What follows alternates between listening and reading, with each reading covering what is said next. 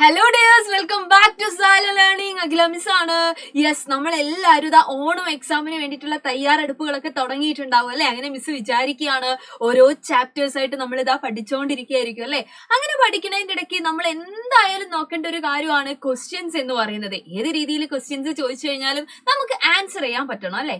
So നമ്മുടെ EVS the leave to has to say ഇലക്റ്റീവ് കൊണ്ട് പറയാന്ന് പറയുന്ന ഒരു അടിപൊളി ചാപ്റ്റർ പഠിക്കാനുണ്ടായിരുന്നില്ലേ. അതിനകത്ത് നിന്ന് എക്സാമിനൊക്കെ ഇങ്ങനെ ചോദിച്ചിട്ടുള്ള കുറച്ച് ക്വസ്റ്റ്യൻസ് ആയിട്ടാണ് മിസ് വന്നിട്ടുള്ളത്. സോ മക്കൾ എല്ലാവരും എന്ത് ചെയ്യുക, വീഡിയോ സ്കിപ്പ് ചെയ്യാതെ തന്നെ കാണുക. നമുക്ക് ആദ്യത്തെ ക്വസ്റ്റ്യൻ നോക്കാം അല്ലെ. എന്താ ആദ്യത്തെ ക്വസ്റ്റ്യൻ? ദേ 2 ചിത്രങ്ങൾ തന്നിട്ടുണ്ട്. എന്നിട്ട് നമ്മളോട് ചോദിക്കുകയാണ്, identify the Roots given below, describe there characteristics അല്ലെ. എന്താണ് ഈ തന്നിട്ടുള്ള വേരുപടലങ്ങൾ, റൂട്ട് സിസ്റ്റം ഏതൊക്കെയാണെന്ന് തിരിച്ചറിയുക. എന്നിട്ട് എന്ത് ചെയ്യുക, അതിന്റെ സവിശേഷതകൾ എഴുതുക അല്ലെ. അപ്പൊ ഒന്നാമത്തെ ചിത്രം നിങ്ങൾ നോക്കിയേ, എന്താണത്? അത് കണ്ടാൽ തന്നെ നമുക്കറിയാം അല്ലെ, അത് നമ്മുടെ ടാപ്പ് റൂട്ട് ആണ് അല്ലെ. ടാപ്പ് റൂട്ട് എന്ന് നമുക്ക് പറയാം. മലയാളത്തിലാണെങ്കിൽ അത് എന്താണ്? നമ്മുടെ തായ് വേര് പടലമാണ് അല്ലെ. തായ് വേര്. മിസ് ഇതാ ഇവിടെ എഴുതുന്നുണ്ട്, തായ് വേര്. ഇനി രണ്ടാമത്തെ ചിത്രം നോക്കിക്കഴിഞ്ഞാല് സൂക്ഷിച്ചു നോക്കുക കേട്ടോ. ചിത്രങ്ങൾ കിട്ടുന്ന സമയത്ത് ചിത്രം നമ്മളൊന്ന് നന്നായിട്ട് നിരീക്ഷിക്കുക. ഇത് നമ്മൾ ഒരുപാട് തവണ ക്ലാസ്സുകളിലൊക്കെ ഡിസ്കസ് ചെയ്തിട്ടുണ്ട് അല്ലെ. നമ്മുടെ എന്താണത്?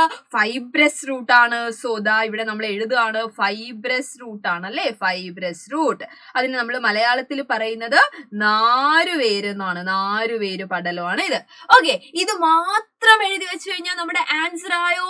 ഇല്ല, അവിടെയാണ് നമ്മൾ ശ്രദ്ധിക്കേണ്ടത്. ക്വസ്റ്റ്യൻസ് നന്നായിട്ട് നമ്മൾ നോക്കണം അല്ലെ, നന്നായിട്ട് നമ്മൾ വായിക്കണം. നമ്മളോട് അതിന്റെ സവിശേഷതകൾ ചോദിച്ചിട്ടുണ്ട്. സോ അത് എന്താണ് എന്നുള്ളത് നമ്മൾ എന്ത് ചെയ്യണം, അവിടെ എഴുതി കൊടുക്കണം. അപ്പൊ നമുക്കറിയാം ടാപ്പ് റൂട്ട് അല്ലെ. തായ് വേര് എന്ന് പറഞ്ഞു കഴിഞ്ഞാൽ എന്താണ്? നമ്മുടെ സ്റ്റെമ്മിൽ നിന്ന് ദാ ഇങ്ങനെ താഴേക്ക് എന്ത് ചെയ്യാണ്, ഒരു ടാപ്പ് റൂട്ട് അല്ലെ. എങ്ങനെ പോവാണ് താഴേക്ക്, അവിടെ നിന്നാണ് അതിന്റെ എന്തുള്ളത്, ബ്രാഞ്ചസ് ഉള്ളത്. The tap root system consist of the larger tap root and smaller branches growing from it അല്ലെ. അതേ കാര്യം നമ്മൾ എന്ത് ചെയ്യുക, അവിടെ എഴുതി കൊടുക്കുക. ഇനി ഇതേപോലെ നമ്മൾ എന്തു എഴുതണം? ഫൈബ്രസ് റൂട്ട് സിസ്റ്റം അഥവാ നാരുവേര് പടലം. അപ്പൊ അതിൻ്റെത് നമുക്ക് അറിയാം അല്ലെ. എങ്ങനെയാണ്? നേരത്തെ പറഞ്ഞ പോലെ മെയിൻ ആയിട്ടുള്ള ഒരാളൊന്നും ഇല്ല അല്ലെ, കുറെ ഒരേപോലെയുള്ള വേരുകളല്ലേ ഉള്ളത്.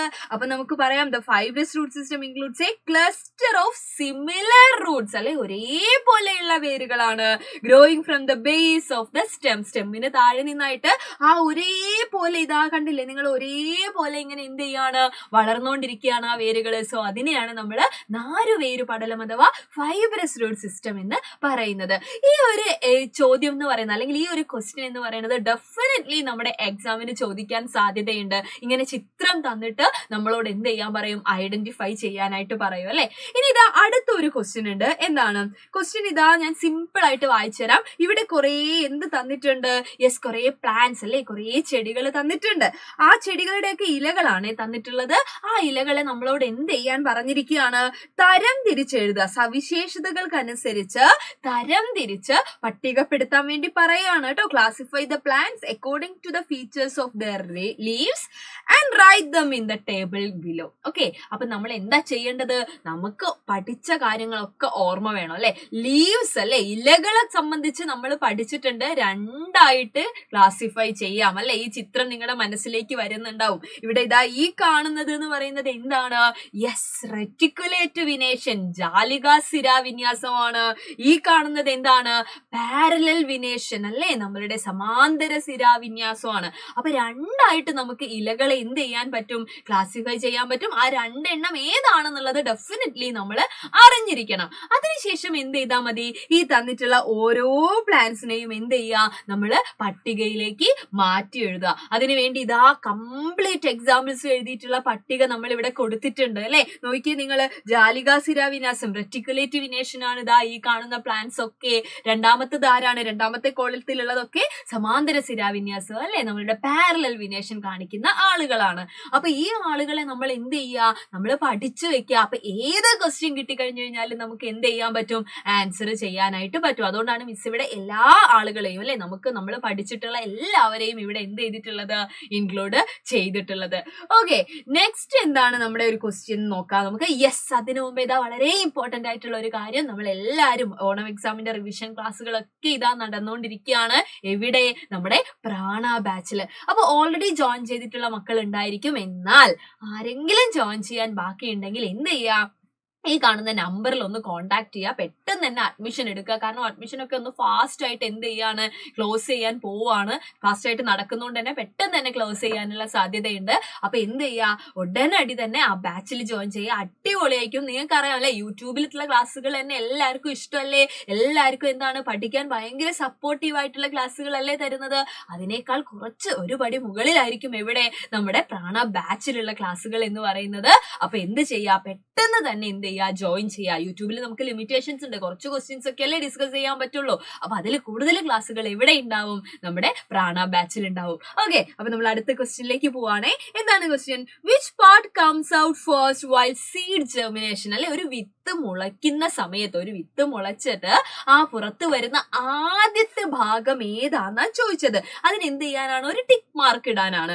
ഓപ്ഷൻസ് ഉണ്ട് അല്ലെ, കോട്ടിലിഡൻസ്, റാഡിക്കൽ, പ്ലമ്യൂൾ, ഡൈകോട്ടിലിഡൻ എന്നാണ് കൊടുത്തിട്ടുള്ളത്. ബീജപത്രം, ബീജമൂലം, ബീജശീർഷം, ദ്വിബീജപത്രം.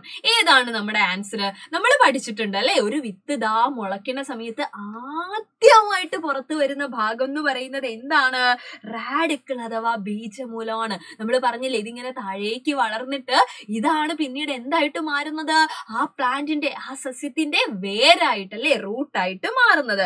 സോ നമുക്ക് മാർക്ക് ചെയ്യാം, റാഡിക്കൽ ആണ് അല്ലെ, നമ്മളുടെ ബീജമൂലമാണ് എന്ത് കറക്റ്റ് ആയിട്ടുള്ള ആൻസർ എന്ന് പറയുന്നത്. ഓക്കെ, ഇനി ഇതാ ഒരു ക്വസ്റ്റ്യൻ കൂടെ ഉണ്ട്. എന്താണ്? Write the relationship between root system, venation and cotyledon of a plant. ഒരു ചെടിയുടെ വേരുകൾ, ഇലകളുടെ വിന്യാസം, ബീജപത്രങ്ങളുടെ എണ്ണം എന്നിവ തമ്മിലുള്ള ബന്ധം എന്ത് ചെയ്യാനാണ്, എഴുതാനായിട്ട് പറഞ്ഞിരിക്കുകയാണ്. സോ നമ്മൾ ഈ ചാപ്റ്റർ എല്ലാം കൺക്ലൂഡ് ചെയ്യുന്ന സമയത്ത് ഒരുമിച്ച് പഠിച്ചിട്ടുണ്ട് അല്ലെ, ഒരൊറ്റ ടേബിളിലേക്ക് നമ്മൾ അതിനെ മാറ്റിയിട്ടുണ്ടായിരുന്നു.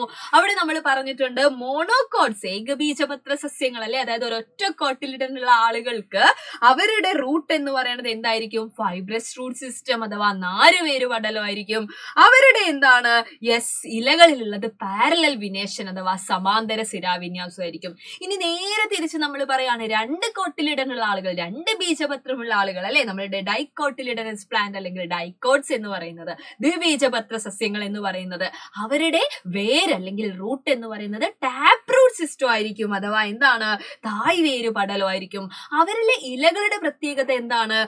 റെറ്റിക്കുലേറ്റ് വിനേഷൻ അഥവാ ജാലിക സിരാവിന്യാസമായിരിക്കും. അപ്പൊ ഈ ടേബിള് നമ്മൾ അവിടെ എന്ത് ചെയ്താൽ മതി, ആൻസർ ആയിട്ട് കൊടുത്താൽ മതി. ഈ ഒരു റിലേഷൻ നമ്മൾ പഠിച്ചിരിക്കേണ്ട ആവശ്യകത ഇത് മാത്രമല്ല അല്ലെ, ഇതുമായിട്ട് ബന്ധപ്പെട്ട് ചിലപ്പോൾ എന്താണ്, ഇൻഡയറക്റ്റ് ആയിട്ടൊക്കെ ക്വസ്റ്റ്യൻസ് ചോദിക്കാറുണ്ട്. സോ ഈ റിലേഷൻ നമ്മൾ ഡെഫിനറ്റ്ലി എന്ത് ചെയ്യണം, ഓർത്തു വെക്കണം. ഇനിയും നമുക്ക് കുറെ ക്വസ്റ്റ്യൻസ് എന്ത് ചെയ്യാനുണ്ട്, ഡിസ്കസ് ചെയ്യാനുണ്ട്. അതൊക്കെ ആയിട്ട് മിസ് വീണ്ടും വരാടാ. അപ്പൊ ഈ വീഡിയോ നിങ്ങൾക്ക് യൂസ്ഫുൾ ആയിട്ടുണ്ടെങ്കിൽ ഫ്രണ്ട്സിനൊക്കെ ഷെയർ ചെയ്യുക, ലൈക്ക് ചെയ്യുക. നമുക്ക് അടുത്ത വീഡിയോയിൽ വീണ്ടും കാണാം. അതുവരെ എല്ലാവർക്കും ബൈ.